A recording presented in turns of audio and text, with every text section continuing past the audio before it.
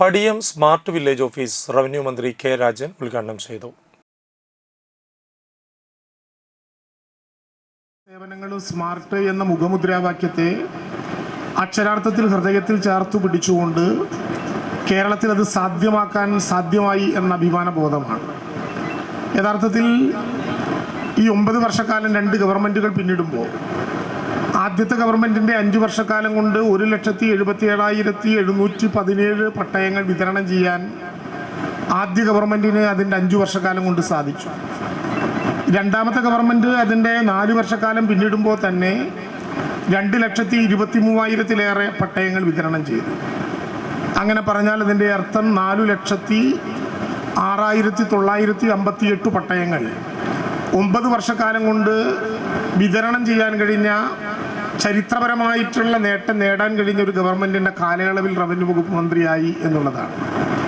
സാധാരണ നിലയിൽ 4,06,958 പട്ടയങ്ങൾ വിതരണം ചെയ്തു എന്ന് പറയുമ്പോൾ നമ്മുടെ വില്ലേജ് ഓഫീസിൽ നിന്ന് വിതരണം ചെയ്ത ഏതോ പോക്കുവരവിൻ്റെ കണക്ക് പറയും പോലെ നമ്മൾ വലിയ വികാരമൊന്നും ഇല്ലാതിരിക്കുന്നത് അതിൻ്റെ യഥാർത്ഥ ഗൗരവം തിരിച്ചറിയാത്തത് കൊണ്ടാണ്.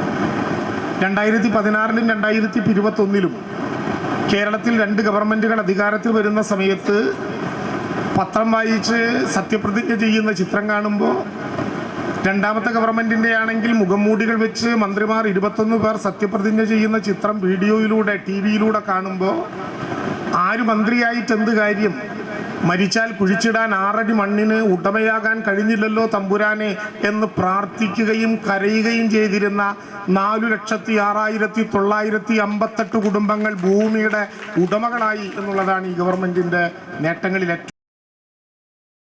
CC മൂന്നൻ MLA അധ്യക്ഷനായി. Anthikkad block panchayat president KK Sasidharan, ഗ്രാമപഞ്ചായത്ത് പ്രസിഡന്റ് ജീന നന്ദൻ, ജില്ലാ കളക്ടർ അർജുൻ പാണ്ഡ്യൻ, അഡീഷണൽ ജില്ലാ മജിസ്ട്രേറ്റ് T മുരളി, ജനപ്രതിനിധികളായ VN Surjith, PS Sujith, Menaka Madhu, Saranya Rajeesh, PA Shafeer, Abdul Jaleel, CK Krishnakumar, Selji Shaju, Mini Chandran, Jyothi Raman, Milna Smith, Leena Manoj എന്നിവർ സംസാരിച്ചു. സ്ഥലം സംഭാവന ചെയ്ത VK ചന്ദ്രദാസിനെ ചടങ്ങിൽ ആദരിച്ചു. സംസ്ഥാന സർക്കാരിന്റെ പ്ലാൻ സ്കീമിൽ ഉൾപ്പെടുത്തി 50 ലക്ഷം രൂപ ചെലവഴിച്ചാണ് പടിയം സ്മാർട്ട് വില്ലേജ് ഓഫീസ് കെട്ടിടം നിർമ്മിച്ചത്.